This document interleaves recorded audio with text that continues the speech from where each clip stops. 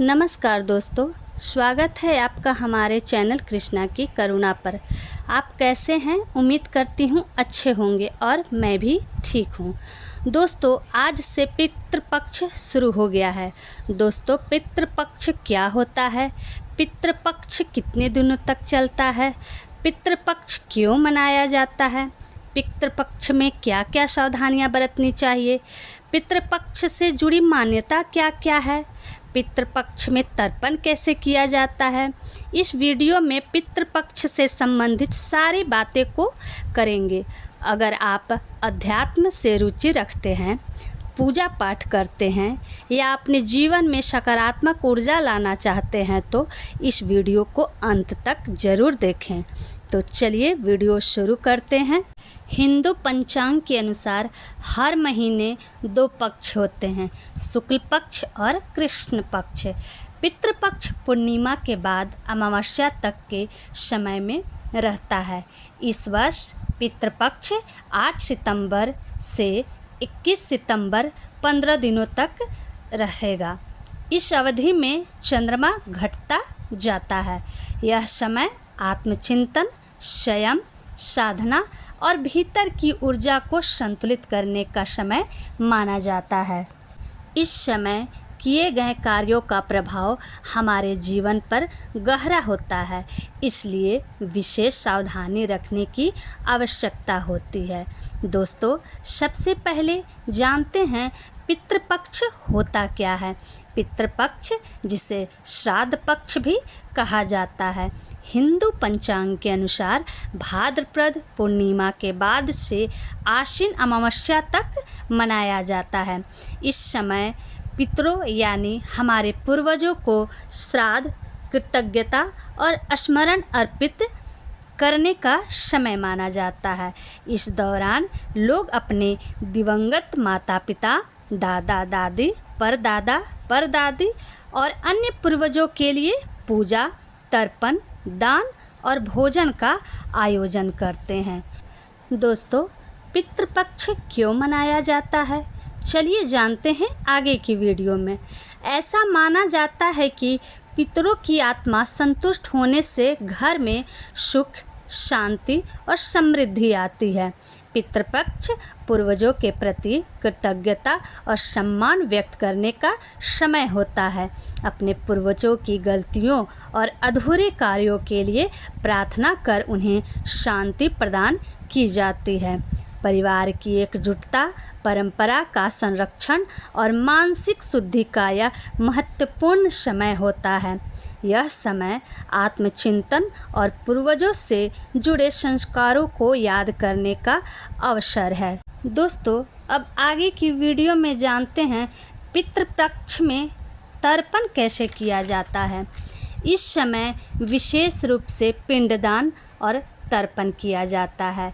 पिंड चावल, जौ, तिल, दूध या जल, घी आदि से पितरों का तर्पण किया जाता है।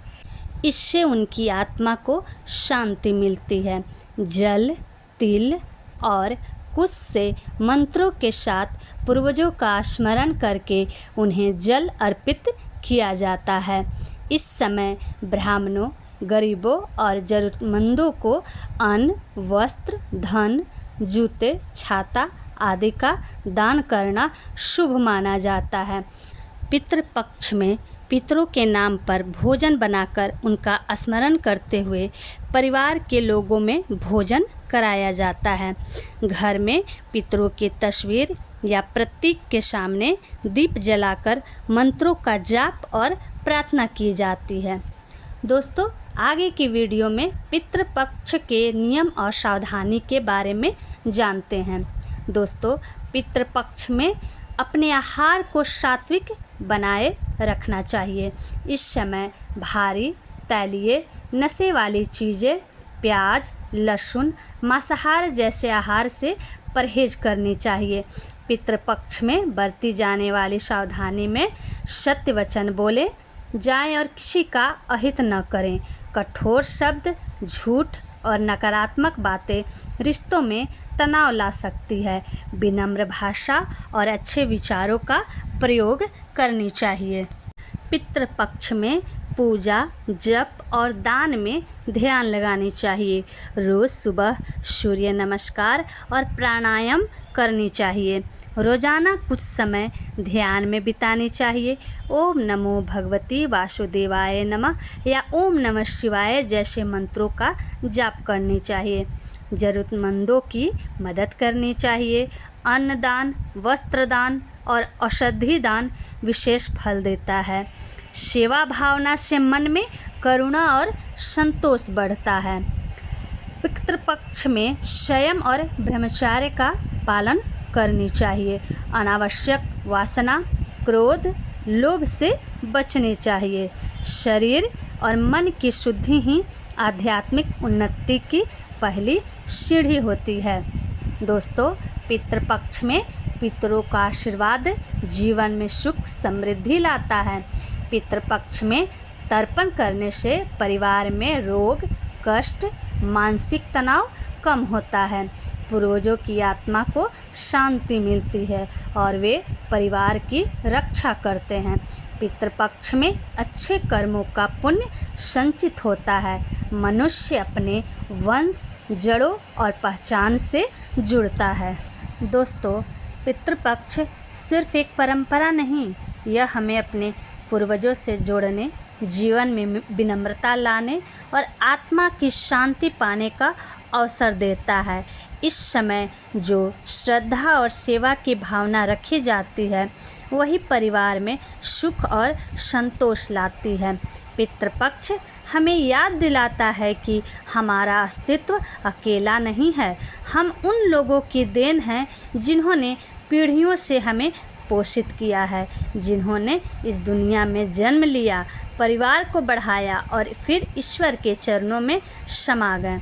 जब हम अपने पितरों को सम्मान देते हैं, तब हमारी जीवन यात्रा भी संतुलित और उद्देश्यपूर्ण बनती है।